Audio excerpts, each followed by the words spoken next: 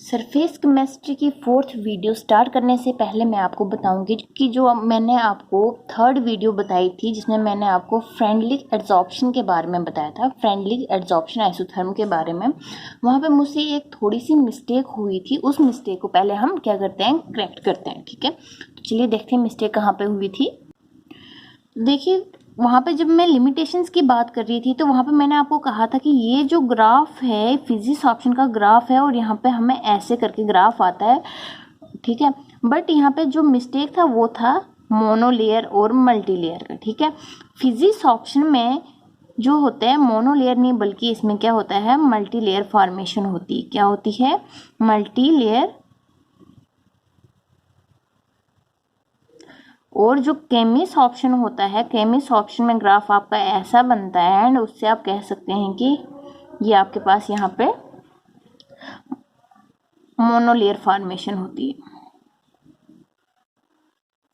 Cummins option में क्या होती है, मोनोलेयर फॉर्मेशन होती है, क्योंकि फोर्स ऑफ अट्रैक्शन बहुत ज़्यादा होती है। ठीक है, तो वो मोनोलेयर फॉर्मेशन ही होगी। लेकिन जो फिजिक्स ऑप्शन है वहाँ पे कोई भी फोर्स ऑफ अट्रैक्शन नहीं होती है और रिपल्शन नहीं होती, वहाँ पे कोई भी फोर्स नहीं होती, कोई भी केमिकल फोर्स नहीं होती, इसलिए वहाँ पे मल्टीलेयर फॉर्मेशन होती है। तो 3rd video of surface chemistry जो है उसमें इस मिस्टेक को आप प्लीज़ ठीक कीजिएगा। ठीक है, तो अब हम कंटिन्यू करते हैं आपकी 4th वीडियो जिसमें हम बात करेंगे लैंगमियर एड्जॉर्प्शन आइसोथर्म की।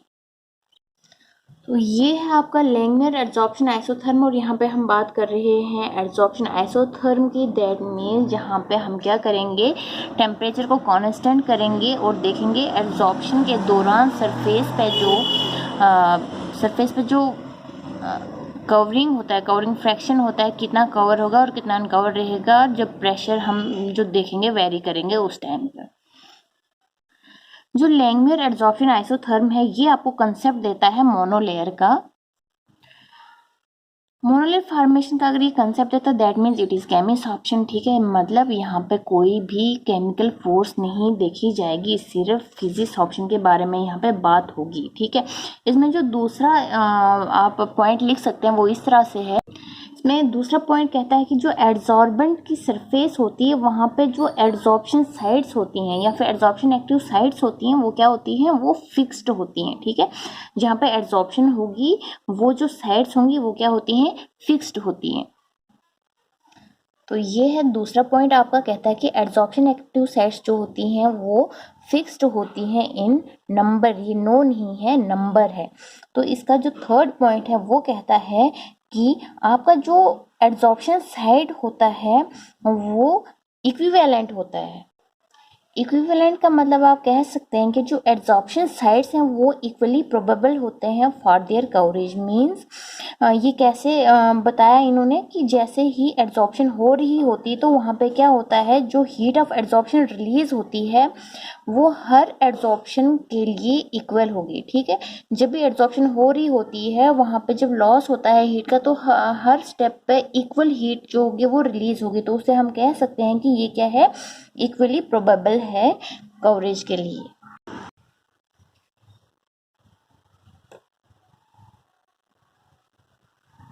अच्छा, तो कहते हैं कि मोनोलेयर का कंसेप्ट कैसे आया, वो आया उससे क्योंकि जब एड्जॉर्प्शन को देखा गया वहाँ पे ये देखने को मिला हमें कि हर जो एड्जॉर्प्शन साइड थी वो सिर्फ एक ही गैसियस मॉलिक्यूल को वहाँ पे होल्ड करने का मौका दे रही थी। तो उससे हमें लगा कि एड्जॉर्प्शन जो है वो क्या है, मोनोलेयर है। क्या था, each adsorption side can hold only one gaseous molecule, that is monolayer formation takes place। ठीक है,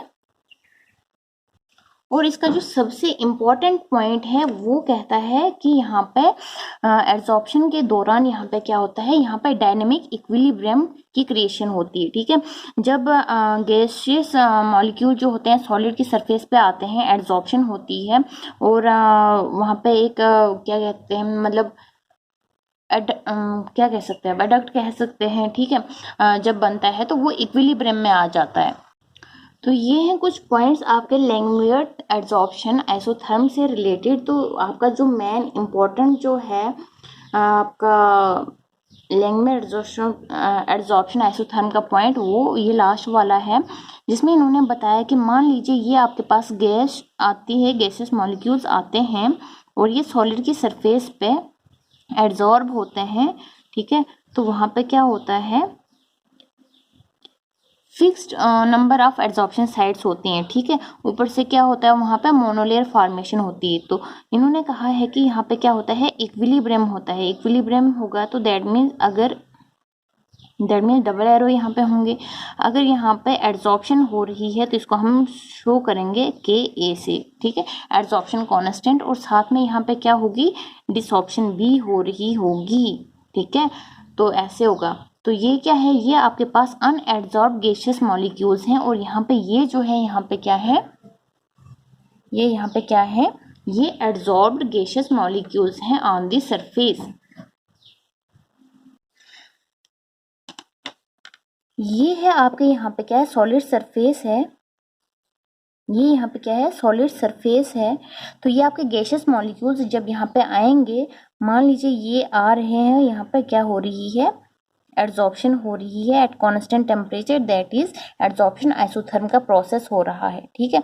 तो यहाँ पे क्या हो जाएगा, यहाँ पे ये इतना जल्दी स्टेबलाइज हो जाएगा कि इक्विलिब्रियम को क्रिएट करेगा, ठीक है। क्या करेगा, इक्विलिब्रियम क्रिएट करेगा। दैट मीन जो यहाँ पे क्या था, सॉलिड की साइड्स थी, हमने कहा कि सॉलिड्स की साइड्स क्या होती हैं, फिक्स्ड होती हैं। तो साथ में यहाँ पे क्या हो जाएगा, आपके गैसियस मॉलिक्यूल्स इसकी साइड्स पे यहाँ पे आके क्या हो गया, फिक्स हो गया, ठीक है। यहाँ पे क्या होता है, जितनी यहाँ पे इक्विलिब्रियम हो गया, मतलब जितने यहाँ पे आपके पास क्या होगा, गैसियस मॉलिक्यूल्स एब्जॉर्ब हुए होंगे, उतने अनएब्जॉर्ब भी रहे होंगे, ठीक है। तो यहाँ पे क्या हुआ, इक्विलिब्रियम हुआ, ठीक है। तो ये मैंने आपको कहा कि ये एड्जॉर्प्शन कांस्टेंट है और ये क्या है, डिसऑर्प्शन कांस्टेंट है। तो इससे हम क्या कह सकते हैं, इससे हम निकाल सकते हैं rate of adsorption. R A means rate of adsorption. इसको हम कैसे करेंगे, के ए गैसियस मॉलिक्यूल्स की कंसंट्रेशन और सॉलिड सरफेस पे कितनी साइड्स है उसका ठीक है, नंबर। उसके बाद रेट ऑफ डिसऑर्प्शन हम देखेंगे कि आर डी से, जिसको हम डिनोट करेंगे यहाँ पे, और साथ में डिसऑर्प्शन कांस्टेंट और जी एस, ठीक है। तो ये आपको याद रखना है। और साथ में इन्होंने क्या कहा है कि यहाँ पे क्या होगा, इक्विलिब्रियम भी क्रिएट होता है। तो आप सब जानते हैं इक्विलिब्रियम पे क्या होता है, बोथ साइड्स के जो रेट होते हैं वो क्या हो जाते हैं, इक्वल हो जाते हैं। तो हम लिख सकते हैं at equilibrium rate of adsorption is equal to rate of desorption, rate of adsorption is equal to rate of desorption. अब आप क्या करेंगे, जो इक्वेशन थी उनको यहाँ पे पुट करेंगे। तो इक्वेशन क्या थी आपके पास, ठीक है। तो ये आपके पास ऐसा सिस्टम था। अब आप क्या करेंगे, मान लीजिए आप लिखेंगे के ए, के डी को यहाँ पे लाएंगे इस साइड। तो उसके बाद आप क्या करेंगे, जी एस जाएंगे, ठीक है। तो इसको आप डिनोट कर सकते हैं के इक्विलिब्रियम से, ठीक है, इक्विलिब्रियम कांस्टेंट के इक्विलिब्रियम, या फिर जिसको आप जानेंगे लैंगमियर एड्जॉर्प्शन कोफिशिएंट के नाम से। किससे, के, इसको किस नाम से जानना है, लैंगमियर एड्जॉर्प्शन कोफिशिएंट से जानना है। और इसको आप लिखेंगे G S divided by separate brackets में जी एस, और इसको आप नाम देंगे इक्वेशन नंबर 1। ध्यान रखना के आपके पास क्या है, के है आपके पास Langmuir adsorption coefficient.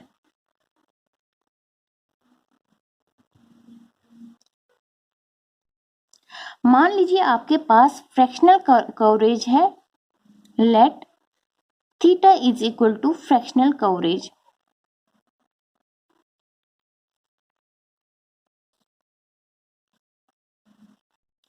Fractional coverage means ये वो साइट है जो जहां पे क्या होगी, एड्सॉर्प्शन होगी। कब, at time T, at time T is equal to 0, जब अभी आपने प्रोसेस शुरू नहीं किया होगा और वहां पे क्या होगी, कुछ साइड्स होंगी, मान लीजिए इतनी साइड्स हैं जिसको आप थीटा से डिनोट कर रहे हैं। और जैसे ही आपका एड्जॉर्प्शन का टाइम स्टार्ट होता है उस टाइम पे आपके पास कुछ साइड्स फिल हो चुकी होती हैं और कुछ जो होती हैं वो वैकेंट रहती हैं। ठीक है, वो जो वैकेंट साइड्स हैं वो कितनी है 1 माइनस थीटा, कितनी है 1 माइनस थीटा, और मान लीजिए टाइम हुआ होगा कुछ टी करके। अब आप जानते ही हैं कि जब हम एड्जॉर्प्शन आइसोथर्म की स्टडी कर रहे हैं तो हमें क्या करना है, टेम्परेचर को कांस्टेंट लिया लेकिन हम प्रेशर कुछ ना कुछ वेरी करते चल रहे हैं। तो आपका जो रेट ऑफ एड्जॉर्प्शन है लेंगमियर के अकॉर्डिंग वो किस पर डिपेंड करता है, वो देखिए, वो रेट ऑफ एड्जॉर्प्शन जो है वो डिपेंड करेगा आपका, एक तो वैकेंट साइड कितनी है और आपके पास प्रेशर कितना है। तो इसको आप ये जो भी कांस्टेंट यहाँ पे है प्रोपोर्शनलिटी कांस्टेंट, इसको हटाएंगे तो आपके पास क्या आएगा, rate of adsorption is equal to K A 1 minus theta P. ठीक है, तो ये आपके पास आया। उसके बाद सेम तरीके से आप क्या करेंगे, रेट ऑफ डिसॉर्प्शन भी करेंगे। तो ये आपके पास होगा, रेट ऑफ डिसॉर्प्शन होगा जितना आपके पास वैकेंट साइड होगी, फ्रैक्शनल कवरेज होगा, उतना ज़्यादा आपके पास क्या होगा, रेट ऑफ डिसॉर्प्शन होगा। इसको आप कैसे शो करेंगे, R D is equal to K A theta. अब देखिए, जब भी हमें किसी चीज़ पे कोई चीज़ एड्जॉर्ब करवानी है तो उसको प्रेशर की ज़रूरत है, लेकिन उससे चीज़ को हटाने के लिए कोई भी चीज़, किसी भी प्रेशर की ज़रूरत नहीं है। इसलिए एड्जॉर्प्शन के लिए, रेट ऑफ एड्जॉर्प्शन के लिए हम यहाँ पे प्रेशर लिख रहे हैं, लेकिन रेट ऑफ डिसॉर्प्शन में हम प्रेशर नहीं लिख रहे हैं, इस चीज़ का इसलिए ध्यान रखना। ठीक है, अब हमने क्या किया, हमने कहा कि इक्विलिब्रियम पे rate of adsorption is equal to rate of desorption. तो हम क्या, एट इक्विलिब्रियम लिख लीजिए, एट इक्विलिब्रियम। देखिए, इक्विलिब्रियम के बाद हमने क्या करना है, दोनों साइड्स की वैल्यूज पुट करनी है और फिर हमने क्या करना है, जो वैकेंट साइड से रिलेटेड या फिर फ्रैक्शनल कवरेज वाली साइड से रिलेटेड टर्म्स को इक्वल के एक साइड लाना है। ठीक है, वो हमने किया और उसके बाद हमारे पास क्या आया, हम जानते हैं कि A by K D is equal to Langmuir adsorption coefficient K P is equal to theta 1 minus theta. क्या है आपके पास, के पी ये यहाँ पे क्या है, इक्विलिब्रियम कांस्टेंट नहीं, इसको आप क्या मान के चलेंगे, इसको आप लैंगमियर एड्सॉर्प्शन कोफिशिएंट मान के चलेंगे। और एक आपके पास जो है मेन फार्मूला वो है ये। ठीक है, ये पी जो प्रेशर है यहाँ पे, के लैंगमियर एड्सॉर्प्शन कोफिशिएंट है, थीटा जो है वो क्या है आपके पास, फ्रैक्शनल कवरेज है। अब देखिए, हमारे पास हम थीटा तो निकाल सकते हैं, लेकिन अगर हमें प्रेशर जानना होगा तो उस टाइम पे हम क्या करेंगे, उसके लिए देखिए K P 1 minus theta is equal to theta. ठीक है, उसके बाद आप क्या करोगे, इस चीज को ये आप सिंप्लीफाई करोगे इसको ऐसे, और यहाँ पे अब आप क्या करेंगे, वेरी इजीली आपके पास थीटा आएगा K P divided by 1 plus K P.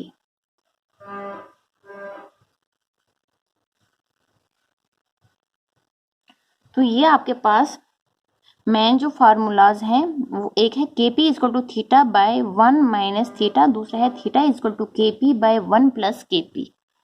ये जो है ये दो इंपॉर्टेंट फार्मूलाज हैं।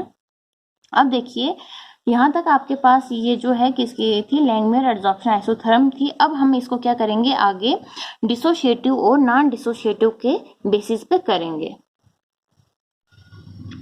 नॉन डिसोशिएटिव के लिए तो अभी जो हमने पीछे किया वो सिंपली वैसे ही होगा।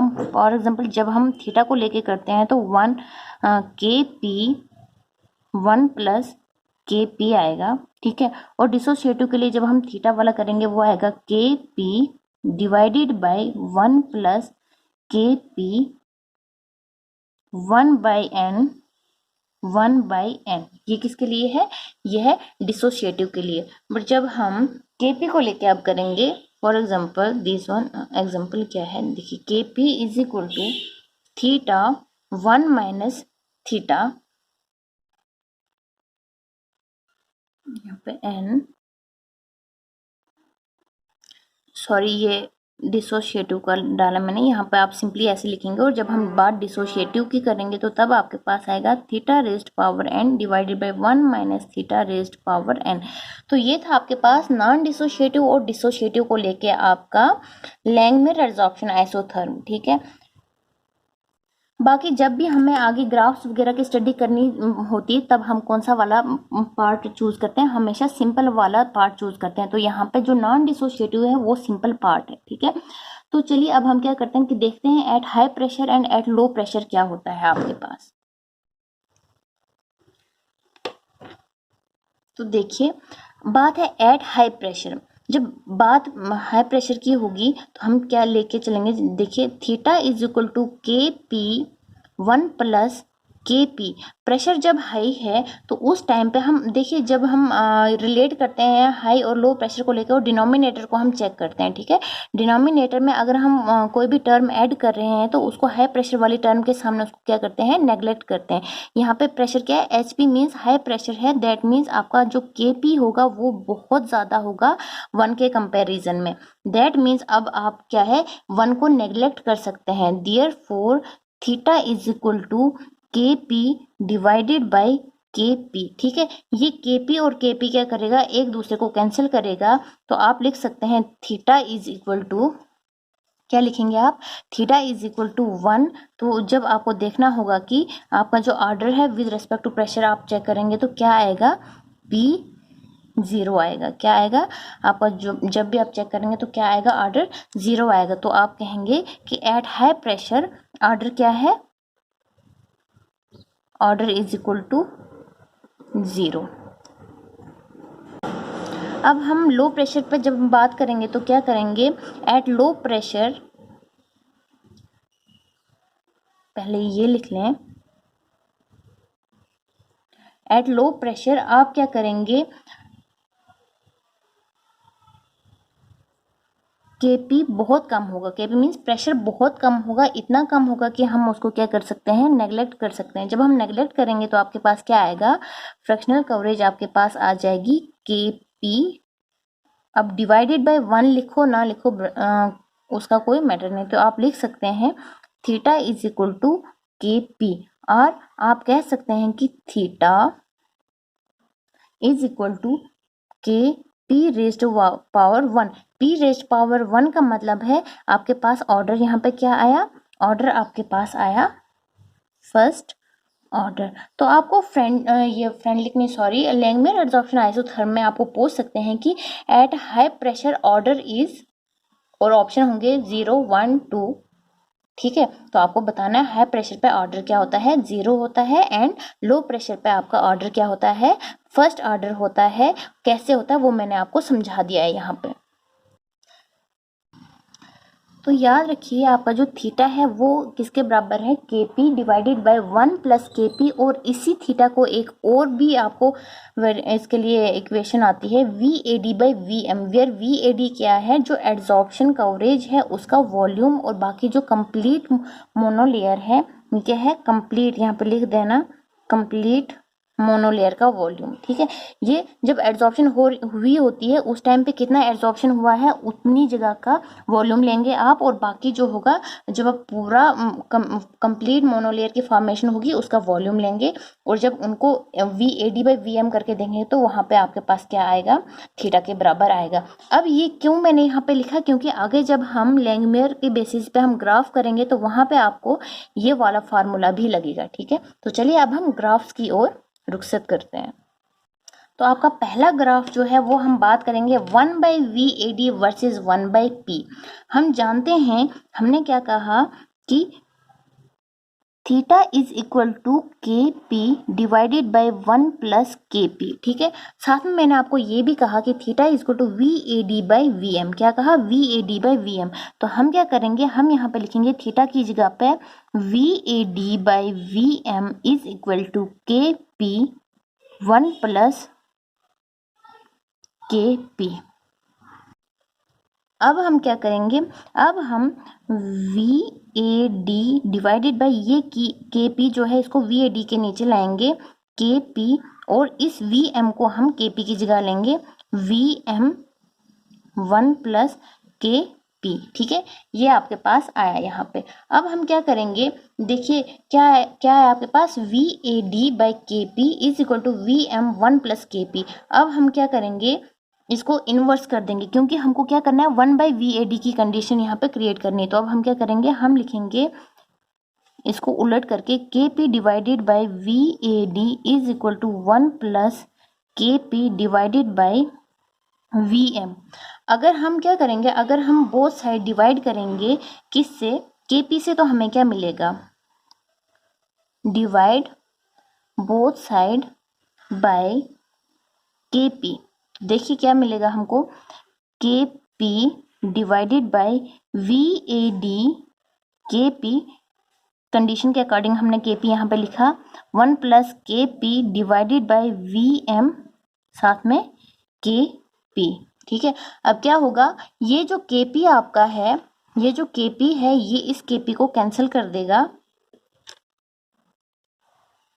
तो आपके पास क्या आएगा, इस साइड आपके पास आएगा one by V A D, one by V A D is equal to, अब देखिए, अब आप इनको सेपरेट कर सकते हैं, तो आपके पास आएगा वन बाई वी एम के P plus K P by V M के पी। अब यहाँ पे भी के पी और के पी कैंसिल करेंगे एक दूसरे को, तो आपके पास आएगा one by V A D is equal to one by K V M one by P. इसको मैंने ऐसे ब्रैकेट में लिया, और जो हमें ऊपर कंडीशन दी हुई थी ग्राफ के लिए, उसके लिए मैंने क्या लाया, यहाँ पे वन बाई पी को ब्रैकेट से बाहर निकाल दिया। ठीक है, साथ में आपके पास क्या आया, वन बाई वी एम आ गया। तो ये आपके पास आया सिंप्लीफाइड ग्राफ की जो भी कंडीशन दी थी।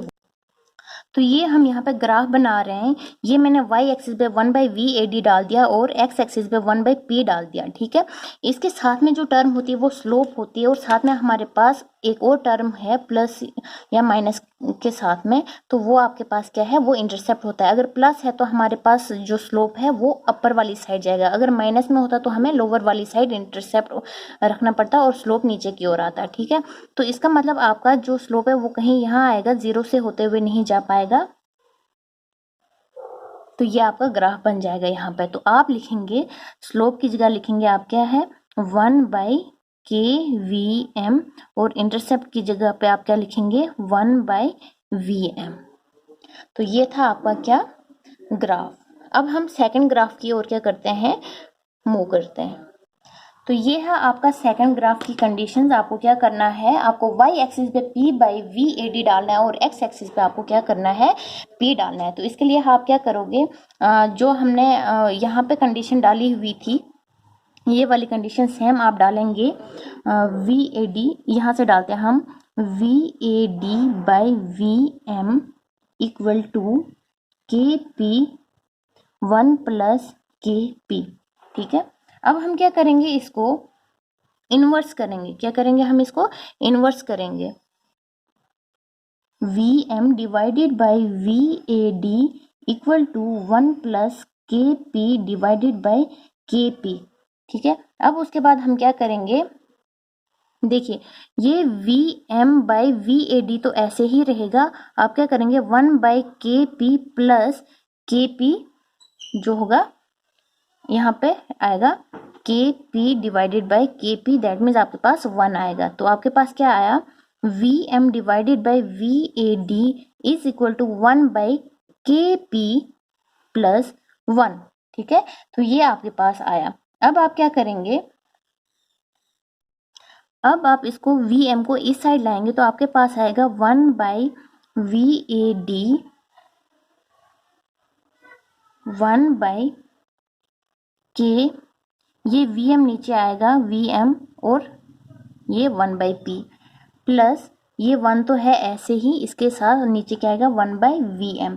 ये क्या आया आपके पास, one by V A D is equal to one by K V M one by P plus one by V M. ठीक है, अब आप क्या करेंगे, कंडीशन आपके पास यहाँ पे क्या थी, P by VAD versus P, ठीक है। यहाँ पे आपके पास मतलब डिनोमिनेटर में नहीं, P आपका कहाँ है, न्यूमरेटर में आना चाहिए। तो वो हम कैसे करेंगे, उसके लिए हमें करना पड़ेगा मल्टीप्लाई P से, multiply both side by P। तो आपके पास आएगा P by VAD is equal to 1 by KVM P divided by P plus P divided by VM। ये P एक दूसरे को क्या करेंगे, कैंसिल करेंगे, क्या करेंगे, कैंसिल कर देंगे। और आपके पास आएगा P by VAD is equal to 1 by VM KVM plus P into 1 by VM, ठीक है। इसको आप ऐसे लिख सकते हैं ना, इस वाले टर्म को आप ऐसे लिख सकते हैं। तो ये आपका फाइनल आया करके, ये आपका फाइनल आया ग्राफ दोनों का करके। अब हम क्या करेंगे, इसके लिए ग्राफ क्या करेंगे, प्लॉट करेंगे।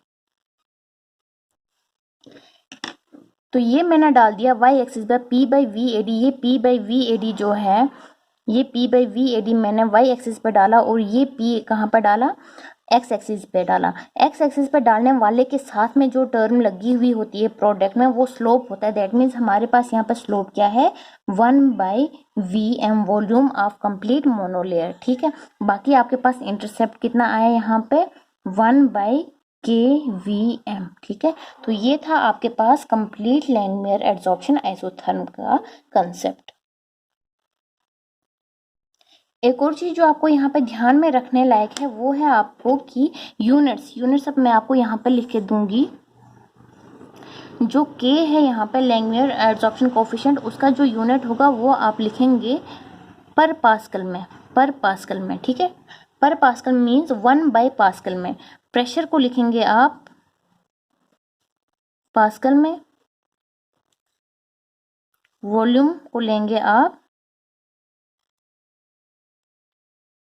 वॉल्यूम तो पता ही है क्यूबिक सेंटीमीटर होगा, चाहे VAD हो या VM होगा, क्यूबिक सेंटीमीटर होगा, ठीक है। तो ये आपको यूनिट्स का ध्यान रखना है, आपको यूनिट्स कन्वर्जन आनी चाहिए।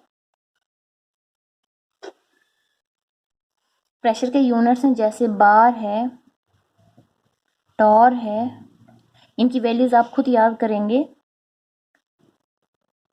एटमॉस्फेयर है, और आपके पास आप लिख सकते हैं जैसे कि 1 pascal is equal to newton per metre square which is equal to kg metre second square, ठीक है। तो ये आपको कुछ वैल्यूज होनी चाहिए। बार प्रेशर के यूनिट से बार, Tor, atmosphere, pascal, Newton per metre square, kg पर मीटर सेकेंड स्क्वायर, ठीक है। तो ये चीजें आपको कुछ होनी चाहिए अपनी समझ में, खुद उनकी वैल्यूज आप लर्न कीजिए, कन्वर्जन सीखिए कैसे करना है।